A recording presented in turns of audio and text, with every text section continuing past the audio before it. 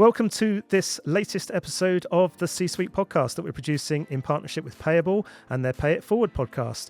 Throughout this series, we've been exploring the evolving world of payments innovation, looking at how technology, regulation and consumer demand are shaping the way money moves across the globe. On this episode, we're going to discuss cross-border payments and how stablecoins are becoming a key part of the conversation.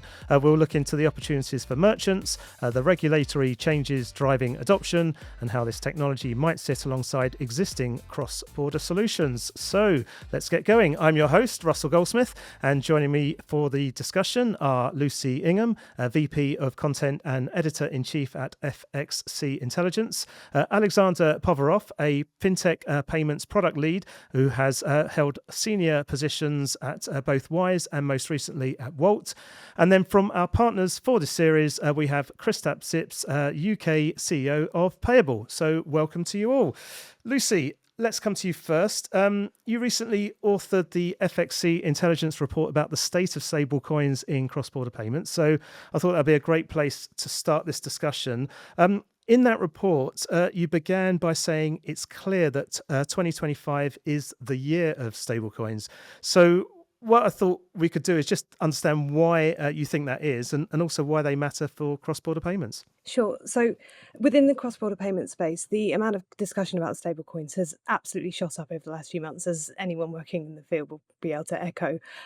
We've seen an enormous increase in a number of mentions in press releases in companies in the payment space. We've also seen an enormous jump in the number of mentions in earnings calls. So this most recent round of earnings calls, almost every company in the space mentioned stablecoins at least once, whereas only one or two mentioned in the previous few.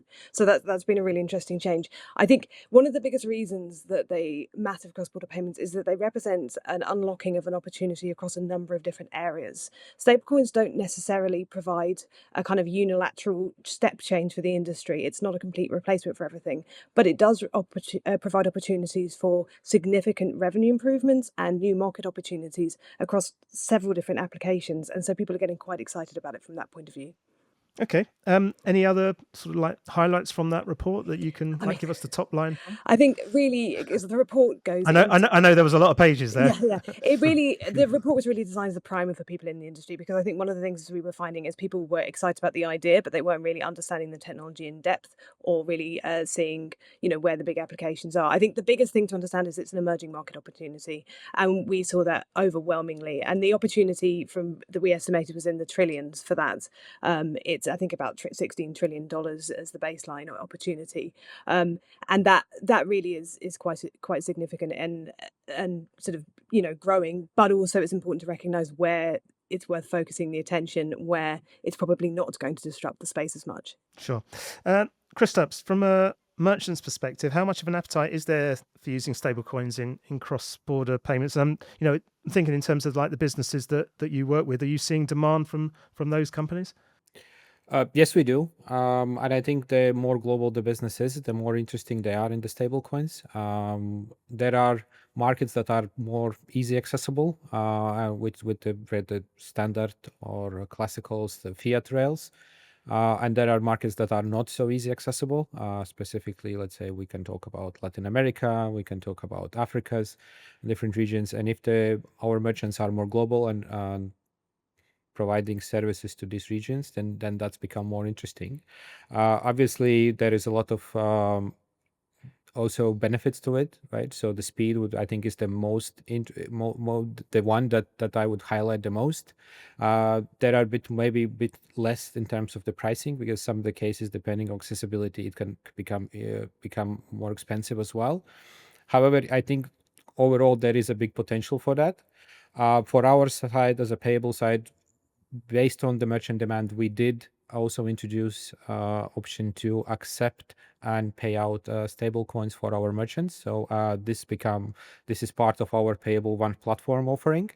So our merchants don't need to touch the volatile asset. We will do all the steps for them. So we'll capture the transaction, we will exchange it and actually release them in fiat. So I think they can benefit for both of the worlds. I think I also did my bit of the research as well, and I was very interested to see which are the big platforms that are using stablecoins. And for example, Shopify actually accepts stablecoins as a payment method through different PSPs. Twitch, which is one of the big streaming platforms, are accepting stablecoins. As a lot of travel and hospitality online web page accepts stablecoins as a payment. It means that this is a real life case where they are usable. Okay, Aleksandr, you're kind of nodding along to some of that that Kristaps was saying. It's a good opportunity to bring you in at this point. Obviously, you've just recently finished your stint at Wolt. I thought it would be good to kind of just get an overview of that business and what you were doing there, but also understanding their payment landscape and how you were managing the cross-border payments there. Thanks. Sure, Russ. Yeah, I was noting because I think I agree with both Lucy and Kristaps' observations on stablecoins. But indeed, past few years I've been leading payments in Wolt, the kind of marketplace that provides more traditional things like food or whatever else you could offer, right? And in our case, although we did a lot cross-border, right, as we presented 30 plus markets, and we also deal with accepting payments as well as paying out to couriers, restaurants, and so on, right? So we move money a lot. However, due to the industry, right, and due to our, say, mentality model, usually people do not pay with stablecoins for burgers. That's why, honestly, in our industry, in marketplaces who deliver stuff, it's not that kind of emerging trend at the moment. However, I've just recently returned from Monaco, and there you can buy actually a burger on the street using the stablecoin. It's quite popular there. So I think it all depends on mentality on special markets, as well as the industry as well. Okay. Lucy, you were smiling at that. Have you kind of experienced that yourself? I mean, not so much where I'm in London, but certainly I think it really reflects that it's such a market-specific phenomenon. There are some markets where it's something that people are sort of using and owning and being sort of very conscious about. In other markets, it's much less sort of direct, or if people are using them, they may not think of them in those terms, or they're using them as part of products and it isn't necessarily consumer facing. So there's definitely some interesting phenomena there. Yeah. Well, sticking with you, and one of the things we're keen to look at is the challenges that still need to be solved to enable more widespread use of stablecoins. Can you kind of talk us through that? Yeah, so I mean, there's lots of different elements in terms of infrastructure, enablement, that kind of thing, the usual pain points that the industry faces. But one of the biggest areas is actually to do with liquidity of stablecoins. So in money movement in particular, one of the most common ways to use stablecoins is in what's termed the stablecoin sandwich, where you're paying in fiat, it gets converted into stablecoins to sort of move across blockchains as the kind of rails. And then on the other side, it then needs to get off-ramped into fiat again. And with that, you need to actually have demand for that stablecoin in the local currency you're off-ramping for that to actually work. And if you haven't got that, that's going to create challenges. And similarly, you need to have sort of sufficient stablecoin liquidity to balance the amount of money you're trying to move, which simply put means that it's sort of easier to move smaller amounts in these spaces, and also markets where lots of people are already using stablecoins, it's easier to pay out to. And what we've generally seen is that the sort of lower end of the market has started the trend in some spaces, particularly areas where maybe the local currency is very volatile, so there's been demands to hold a sort of dollar proxy. That's created kind of an increase of demand to use them at a consumer level, which has then moved to a business level and then gone up from there. So essentially, the market needs to grow in different places, and particularly areas where there is some fledgling potential, but it's not there yet, it needs to grow a lot more, whereas in some markets, it's already relatively well developed. Aleksandr, any thoughts on that? Actually, I thought about something that I forgot to mention before, right? Although I said that we do not pay with stablecoins for burgers, still we do have reach outs from customer, indeed, from some markets. And I think Lucy mentioned markets where the local currency is volatile, right? They prefer to use, and they would probably like to use stablecoins at some point. So I don't think that it's kind of long away from us in the future, also to be able to pay for delivery of the food with stablecoins in certain markets. Not talking about the Wise, where I have previous experience, right? So Wise is a platform of cross-border transferring money, right? And there, of course, we had a lot of reach outs and ask from customers basically to use one another way of cryptocurrencies. Although as Wise is a fintech company, I think we're going to touch it maybe a bit later, it's very tied into the compliance and regulations, right? And this is a bit different area where stablecoins also have maybe some context of risks. Okay, Kristaps, beyond stablecoins, what's changing most quickly in the cross-border space? I think I have said it in one of the interviews that we had, that I think future is instant, and I think this is the what I'm sticking with as well, and this is what's happening all over the, let's say, world in the main market. So if we look at our in UK, right, faster payments is one of the longest standing instant scheme, or one of the longest standing instant schemes, and it will be very successful. Same as European Union SEPA, right? So instant payments are now obligatory from this year to all banks to support it. This also means that target instant payments, which is a cross-border scheme, actually can become an instant. United States, FedNow. So I think instant is the future. I think the stablecoins will contribute to that. I totally agree on the most volatile markets where the currency is more volatile. It's the first use case where we're seeing even people are transferring their salary, I mean, the same day to the stablecoin, just to not to lose the value overnight, right? And also I would say that this will continue to grow, and then we just become more mainstream towards day-to-day use, right?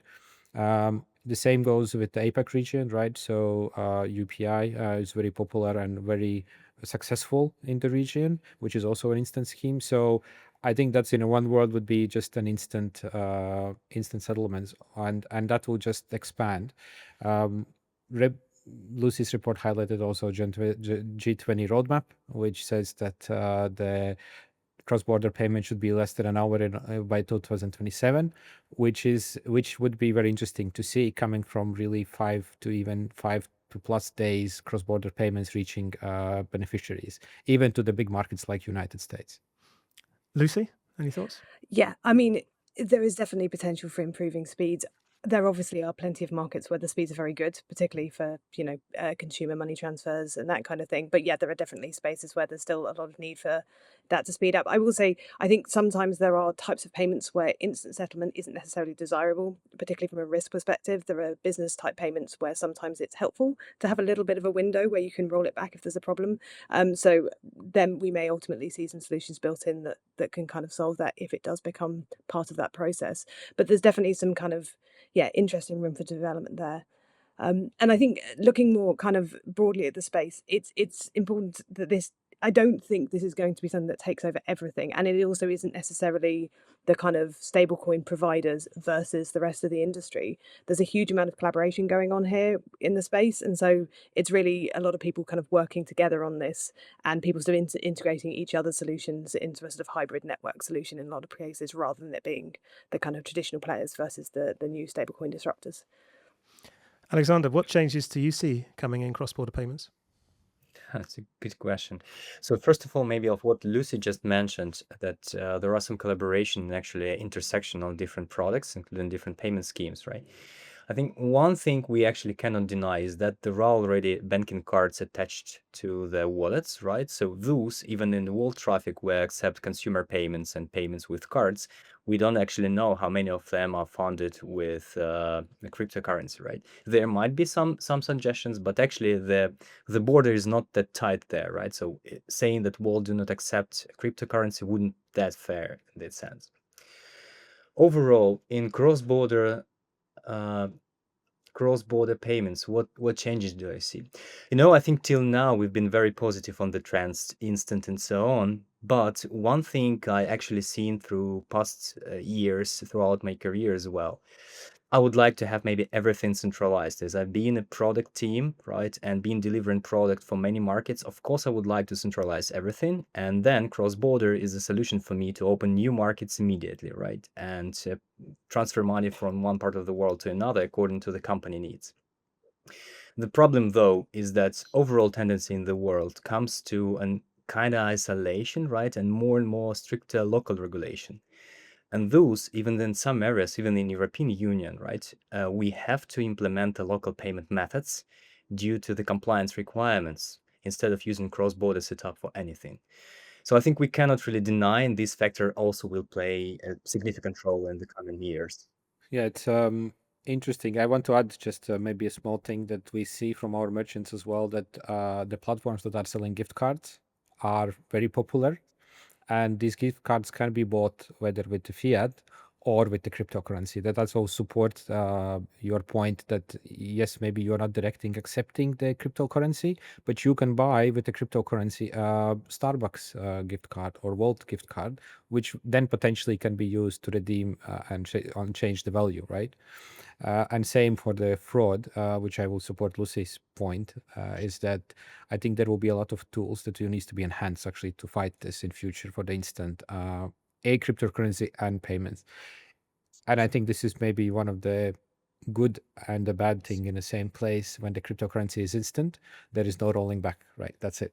Lucy, just out of interest then, how much of a challenge and threat do stablecoins pose to the existing monetary system, and who could be the winners and losers if they become more mainstream?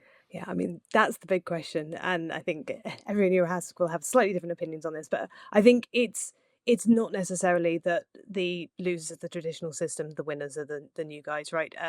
There's a lot of opportunities for traditional players to make use of their on-ramp and off-ramp capabilities. They often have really good local integrations with markets that can play in and build connections that the infrastructure player doesn't have if they're just a stablecoin player.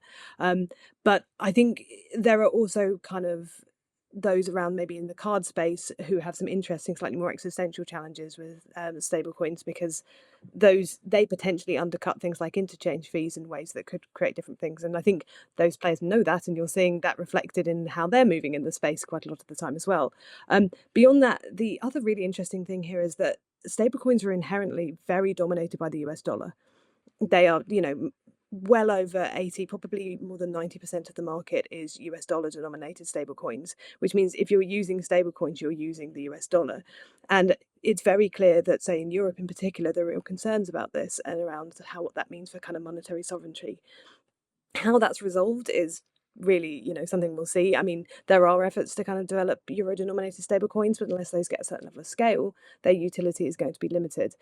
So it's very interesting to see how that side of things goes, and that really ties into some of the points that Aleksandr was making around kind of the regulatory issues as well. That's a whole other side. So I think it's almost going to be a question of areas around that rather than the individual players, because so many of the players are sort of working across this in so many different ways. Aleksandr, do you want to come back on that?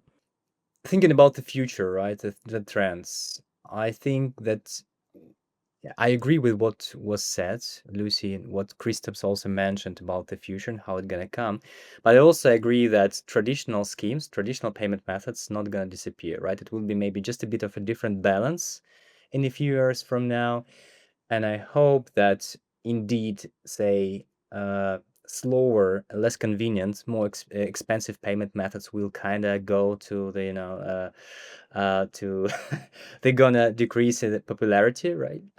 Though those who were fast, who are convenient for consumers, who are preferred by merchant and consumers, will grow in their share in the market. So I think this is what I'd expect. So I wouldn't think that it's a revolutionary change, but rather an evolution from the current stage to something a bit better for all the players in the world.